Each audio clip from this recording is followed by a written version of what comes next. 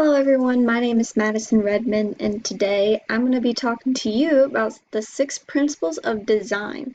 Now if you don't know what that is, this video will definitely help you in the art of design. So let's get started. Our first principle is focal point and emphasis. It's basically an area or an object within the artwork that draws attention and becomes a focal point, the most significant part. So if you see like in the middle image where you see a bunch of orange slices and then you see a grapefruit slice, your eye is immediately drawn to the grapefruit slice instead of all the oranges and all that. The focal point should be the area the designer wants to draw your attention to the most.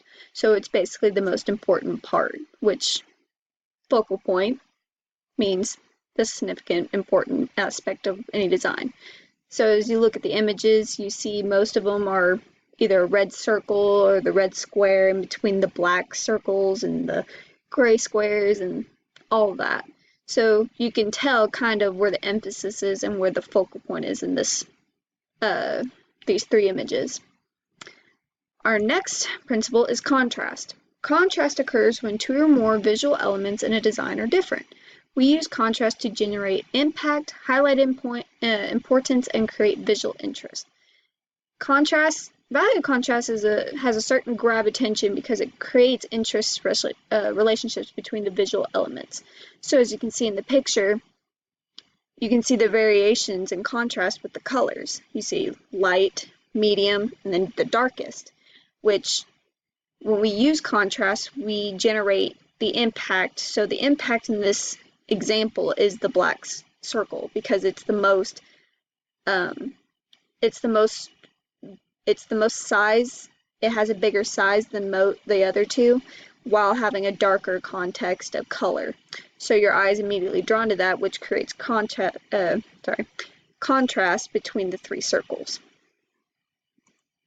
Our next principle is balance. So there's two types of balance. There's symmetrical and asymmetrical. Symmetrical is basically a mirror image. So if you draw a picture in half of, like, say, my face, and you draw a line down my face, if it's both on the same sides, it's symmetrical. But if it's different on one side and the same, or different on the other side as well, then it's asymmetrical. So symmetrical is like drawing a line down the center of a page, and we can see that the visual elements on both sides of the line are mirrored on the other side of the line. So as you can see in the very first picture in the left-hand corner, you see symmetric and asymmetric. As you can see, symmetric, it's the same on both sides, while asymmetric is different in the design. Asymmetrical balance is not a mirror image on both sides. The term is used to describe instead of a way. It doesn't always rely on symmetry. Itself has nothing to do with the mirror balance. So it's basically like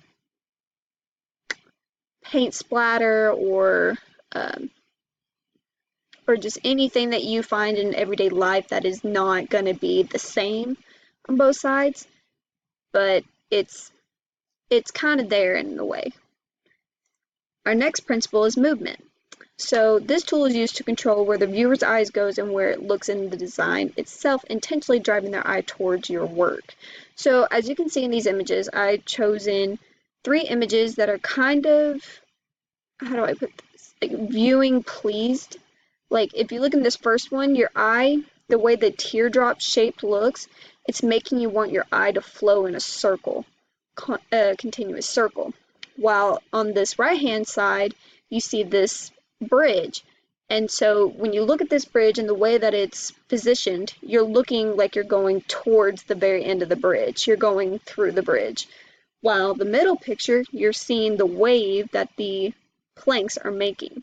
Your eye wants to follow the edge of the planks and see the wave that it's creating.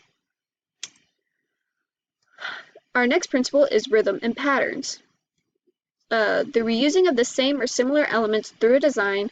Good design practice works to repeat aspects of a design throughout a piece of work, creating a rhythm in this piece.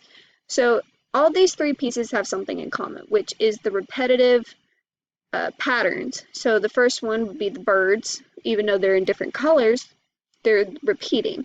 While the middle image is a bunch of triangles going up or down, but still the same pattern. and on the very end you see squares and cubes.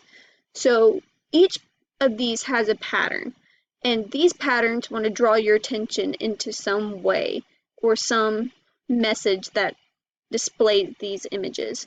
So each image has its own message throughout a piece, whether it be the first one, which is the birds. It could mean life, while the middle one represents creativity and the outside represents order and all that. So each picture with rhythm and pattern has its own message. Our next one is unity. A nice mixture of all these principles of design. When a piece is finished, assess it in importance to make sure the unity is present. Now this is very important in any artwork. You want to make sure that the image or design looks pleasing to the eye, but not crowded or overworked with different aspects of it. So as you can see, these two images I found were the best examples for unity. As you can see, unity, it basically takes all the principles that we talked about in the before sections to combining them into one aspect. So as you can see in this right-hand side, you see the geese slowly turning into fish while the birds are in the sky, and then gradually going to the sea where the fish are. By switching the contrast of it from dark to light on 3 different ways, you're creating attention points to focus on while you're gradually moving through the piece. So that's a good representation of all these principles put into one image. So that's all I have for you today. I hope you enjoyed this video of 6 principles of design. Leave a comment down below and tell me what you think, and I'll see you next time. Bye.